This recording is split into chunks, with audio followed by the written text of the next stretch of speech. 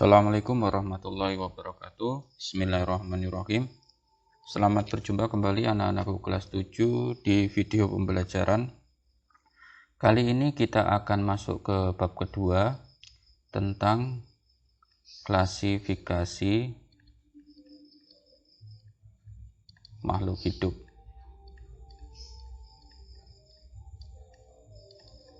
Nah, di bab kedua ini materi kita lumayan banyak tentang klasifikasi makhluk hidup. Klasifikasi sendiri,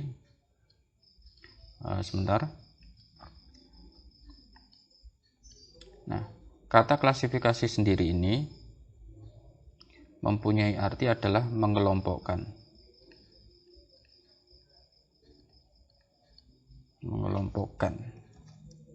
Jadi, klasifikasi makhluk hidup di bab ini kita akan belajar bagaimana cara mengelompokkan makhluk hidup. Tujuan kita mengelompokkan makhluk hidup adalah untuk mempermudah saat kita mempelajari. Mempermudah saat mempelajari makhluk hidup. Nah, seperti yang anak-anakku ketahui semua bahwa jumlah makhluk hidup di dunia ini, Allah menciptakan makhluk hidup sedemikian banyak sekali. Ada ribuan bahkan jutaan makhluk hidup, mulai dari jenis hewan, tumbuhan, sampai makhluk hidup yang berukuran kecil. Nah, untuk mempelajari makhluk hidup yang sedemikian banyak itu, kita perlu mengelompokkan makhluk hidup. Nah, di seri video ini, kita akan belajar tentang ciri makhluk hidup. Nah, kita akan belajar ciri-ciri makhluk hidup. Baik, ini adalah tampilan buku kalian. Nah, kita langsung saja. Nah, di sini ada gambar mobil-mobilan, kemudian ikan dan akuarium. Di buku ini nanti kalian baca, kita akan menemui ada yang disebut makhluk hidup dan ada juga yang disebut dengan benda tak hidup atau benda mati. Nah, kapan dia disebut makhluk hidup dan kapan dia disebut benda tak hidup, tentu ada ciri khas masing-masing. Nah, suatu makhluk hidup disebut makhluk hidup kalau memiliki ciri-ciri makhluk hidup. Kalau tidak memiliki ciri-ciri makhluk hidup, maka organisme tersebut atau sesuatu tersebut dapat dikategorikan sebagai benda tidak hidup. Mari sekarang kita pelajari tentang ciri-ciri makhluk hidup.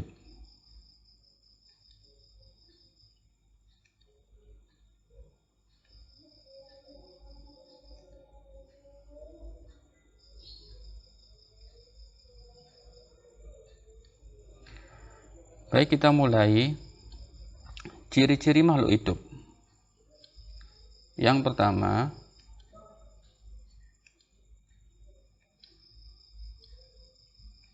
bernafas. Nah, ciri makhluk hidup yang pertama adalah bernafas.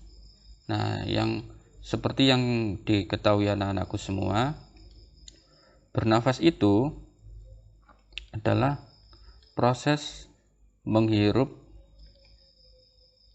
oksigen atau O2 dan melepas karbon dioksida atau punya rumus kimia CO2.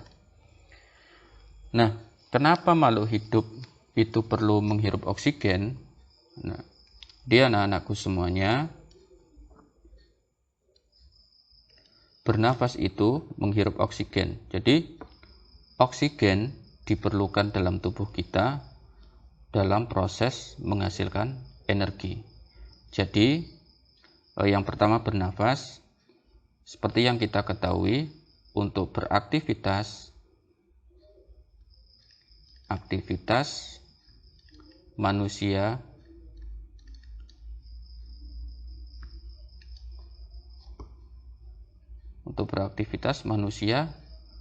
butuh energi.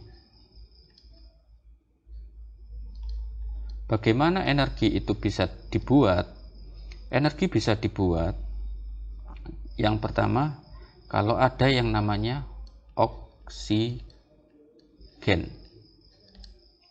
Kemudian ada yang namanya sari-sari makanan. Nah, oksigen dan sari-sari makanan ini begitu masuk ke tubuh kita akan diproses menjadi energi untuk kita beraktivitas. Jadi yang bernafas atau ciri makhluk hidup yang pertama adalah untuk mendapatkan oksigen. Oksigen merupakan salah satu bahan yang penting untuk membuat energi bagi kehidupan manusia. Kemudian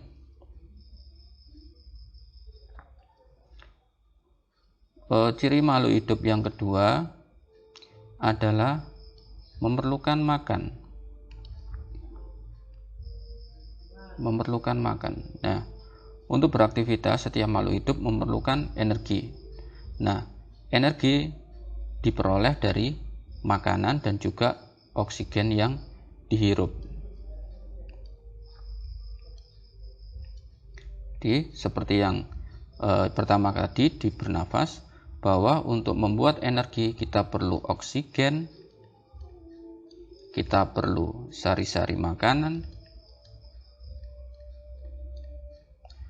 dan akan menghasilkan energi. Jadi oksigen kita dapatkan dari proses bernafas, sari-sari makanan kita peroleh dari proses makan.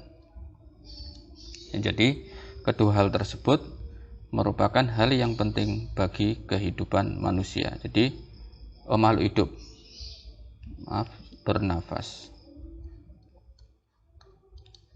Jadi ciri makhluk hidup yang pertama adalah bernafas, yang kedua adalah memerlukan makanan. Kemudian ciri makhluk hidup yang selanjutnya adalah bergerak.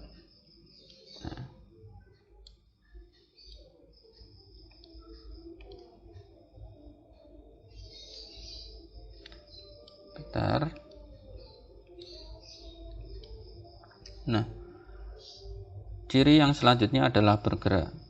Kenapa manusia bisa melakukan bergerak? Karena manusia memiliki atau makhluk hidup memiliki sistem gerak. Nah, sistem gerak kita itu terdiri atas otot, tulang, dan persendian.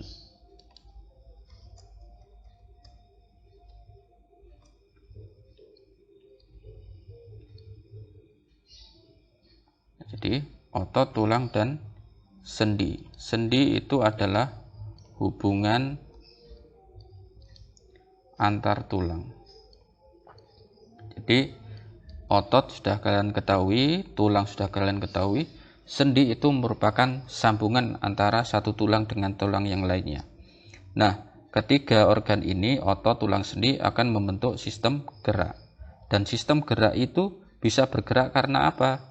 Bisa bergerak karena ada energi. Jadi kita bernafas mengambil oksigen, kita makan mendapatkan sari-sari makanan, oksigen dan sari-sari makanan diolah jadi energi.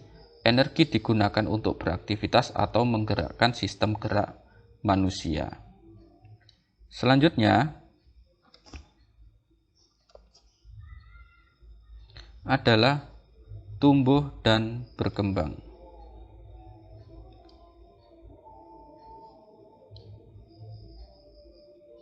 Tumbuh dan berkembang.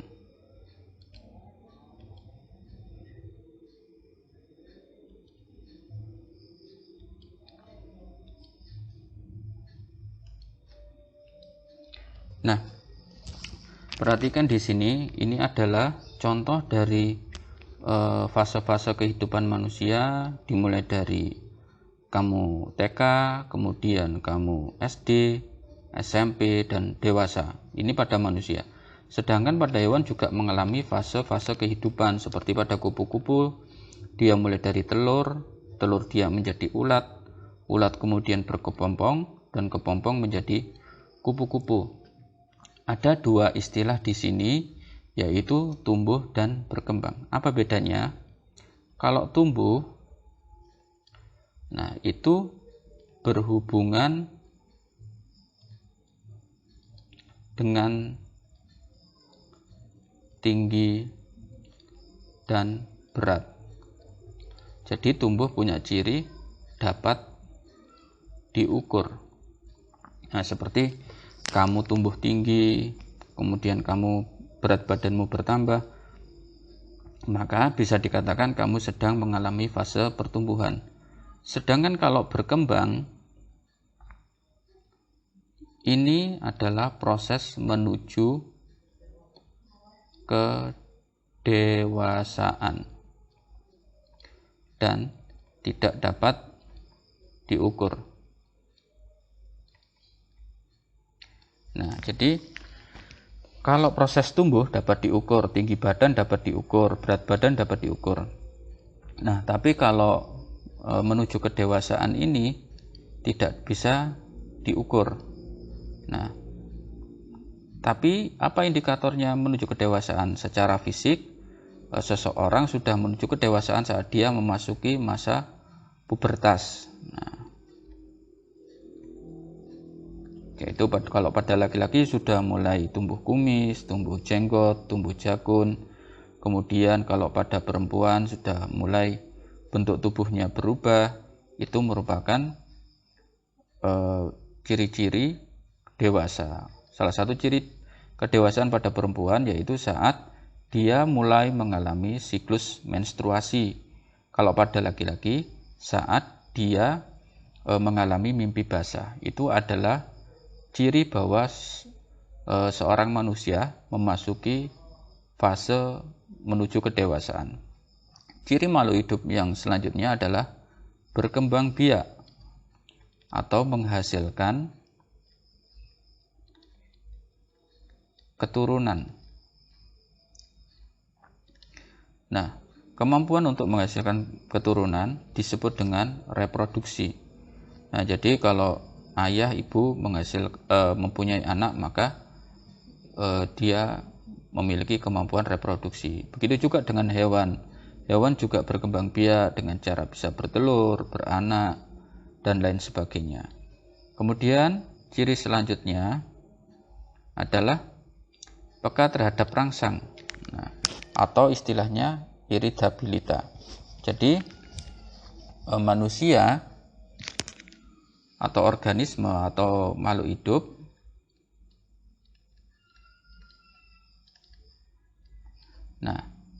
saat dia mendapatkan rangsang,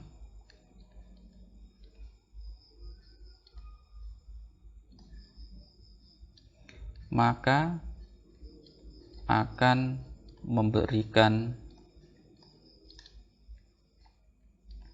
respon atau tanggapan.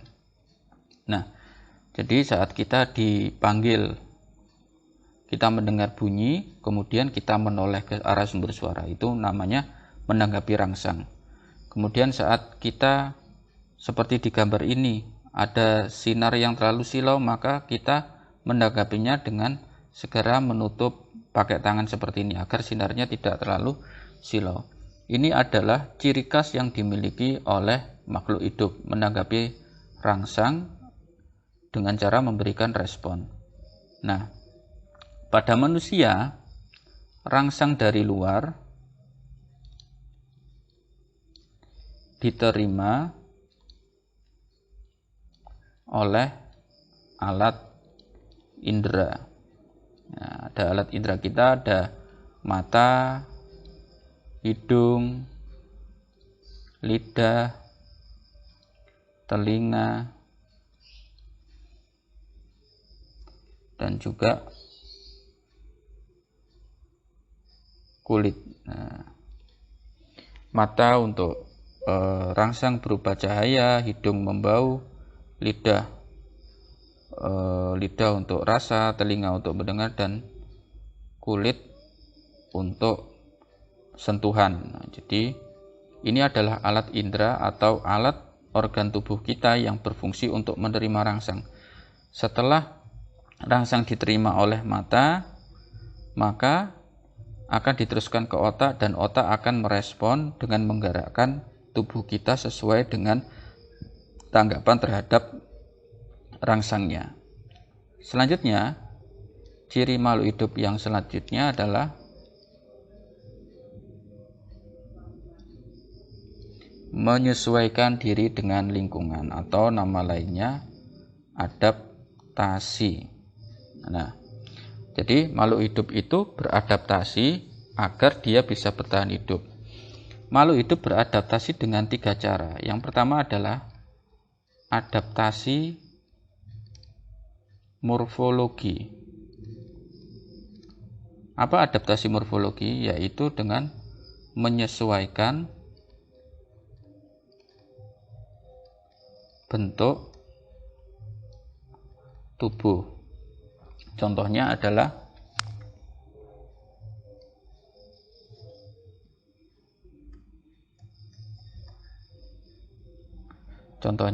kalau pada bebek misalnya, karena dia hidup di daerah berlumpur, maka bentuk kakinya memiliki selaput. Ayam misalnya, karena dia mencari makannya di tanah, maka bentuk kakinya bisa mencekram untuk menggaruk-garuk tanah. Kemudian kalau pada burung misalnya, burung pemakan biji biasanya memiliki paruh yang tidak terlalu panjang. Sedangkan seperti elang pemakan daging, dia punya paruh yang bentuknya bisa untuk mengoyak daging. Adaptasi kedua yang dilakukan makhluk hidup adalah adaptasi fisiologi, yaitu dengan menyesuaikan fungsi organ tubuh. Nah, jadi kalau adaptasi morfologi itu bisa tampak dari luar, sedangkan adaptasi fisiologi itu dari dalam. Contohnya apa? Contohnya, orang yang hidup di dataran tinggi dengan di dataran rendah itu berbeda. Orang yang hidup di dataran tinggi memiliki sel darah merah atau hemoglobin yang lebih banyak daripada orang yang hidup di daerah dataran rendah. Kenapa? Karena orang yang hidup di dataran tinggi, kondisinya adalah udaranya lebih sedikit, sehingga agar kebutuhan oksigennya tetap tercukupi, maka tubuh memproduksi hemoglobin yang lebih banyak. Sedangkan adaptasi yang ketiga adalah adaptasi tingkah laku, yaitu dengan menyesuaikan perilaku. Contohnya apa? Contohnya adalah cicak.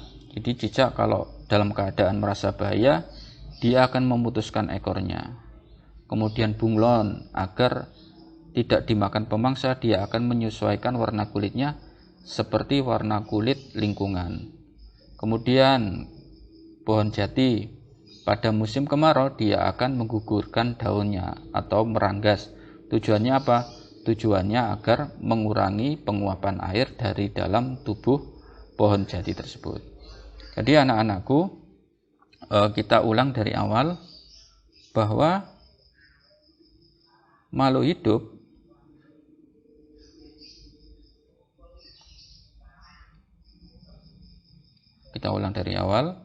kita simpulkan bahwa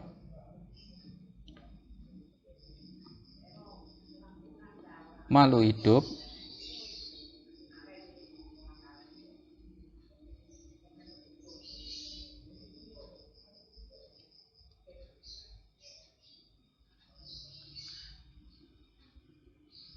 kita lihat mana tadi,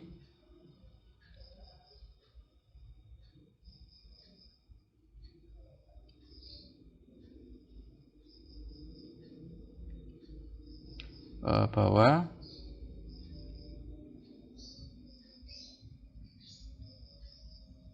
sesuatu disebut makhluk hidup kalau mempunyai semua ciri-ciri makhluk hidup. Jadi ciri-ciri ini harus dipunyai semua, tidak boleh kurang satu. Misalnya dia bisa bernafas, dia bisa berproduksi, tapi tidak memerlukan makan, maka tidak disebut makhluk hidup. Jadi sesuatu disebut makhluk hidup kalau semua ciri-ciri makhluk hidup ini dimiliki oleh makhluk tersebut. Yang pertama yang harus dimiliki bernafas.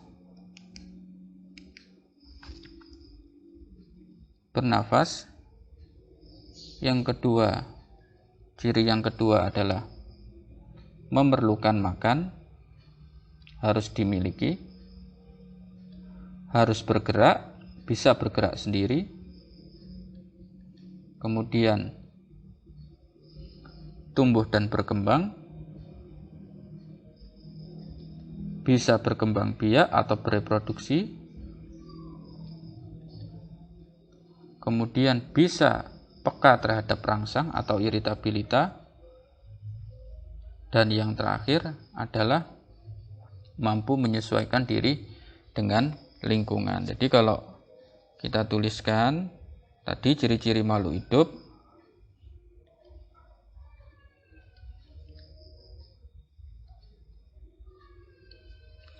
ciri-ciri makhluk hidup. Satu, bernafas. Kedua, makan, memerlukan makan. Ketiga adalah bergerak. Keempat adalah berkembang biak atau reproduksi. Kelima adalah menanggapi rangsang.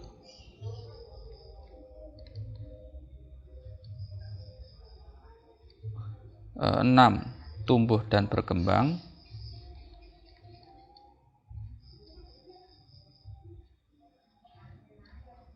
Dan yang ketujuh adalah menyesuaikan diri dengan lingkungan atau yang disebut dengan adaptasi. Jadi makhluk hidup harus punya semua ciri-ciri ini. Jika kurang dari satu saja, maka dia tidak bisa digolongkan sebagai benda mati.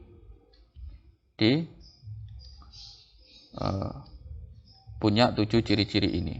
Jadi inti dari pelajaran di video kita kali ini adalah makhluk hidup mempunyai ciri-ciri bernafas, memerlukan makan minum, bergerak, bereproduksi, menanggapi rangsang, tumbuh dan berkembang, serta adaptasi. Jika kurang dari 7 atau tidak memiliki lengkap dari seluruh ciri-ciri ini, maka dia dapat digolongkan sebagai makhluk tak hidup atau benda mati. Kalau dia memiliki semua ciri-ciri ini, maka dia disebut dengan makhluk hidup. Baik anak-anakku, ini adalah yang kita pelajari di video pertama kita. Kemudian nanti di seri video yang kedua kita akan bahas lagi subbab selanjutnya. Terima kasih, saya akhiri. Oh ya, dan tetap berdoa kepada Allah Subhanahu wa taala supaya tetap diberi kesehatan dan selalu dalam penjagaan Allah. Terima kasih, saya akhiri. Assalamualaikum warahmatullahi wabarakatuh.